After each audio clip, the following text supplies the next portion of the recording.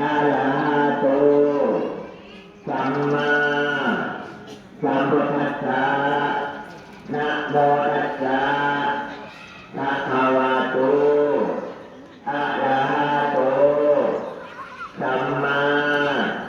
สัมพุทธัสสะพุทธะคุณนังธัมมะคุณนังสังฆะคุณนังพุทโธมินาโถธัมโมมินาโถสังโฆมินาโถพุทธรัตนังธัมมรัตนังสังฆรัตนังอะหังยาจามิบุญญายาตาถาทิฏฐาทิฏฐังทิฏฐาโภชนัง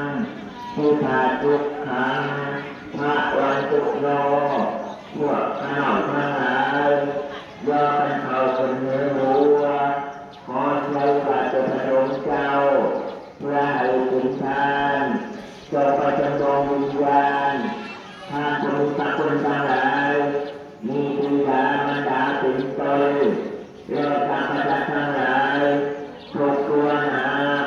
อันที่ได้ร่วงรับดับพันธวณีขอจงอุปโภคนาทำเอาบุญและผลบุญผู้พ่อผู้ขนมทั้งหลายได้อุทิศลงไปในวันนี้ถ้าได้ทุกทุกก็ให้พ้นจากทุกข์ถ้าได้เป็นทุกข์แล้วขอให้ทุกข์นี้ขึ้นไปคือพวกผู้ขนมทั้งหลายอันดูมาทางหลังนี้ปรารถนาสิ่งใดขอให้ได้ดังใจปรารถนาขอพระพุทธจงจำขอพระธรรมจงเชื่อเทวดาทุกเมื่อส่วนตัวทุกข์ละ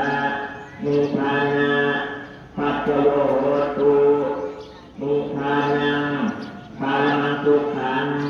ทุกข์ทุกข์เกิดชาติเถิด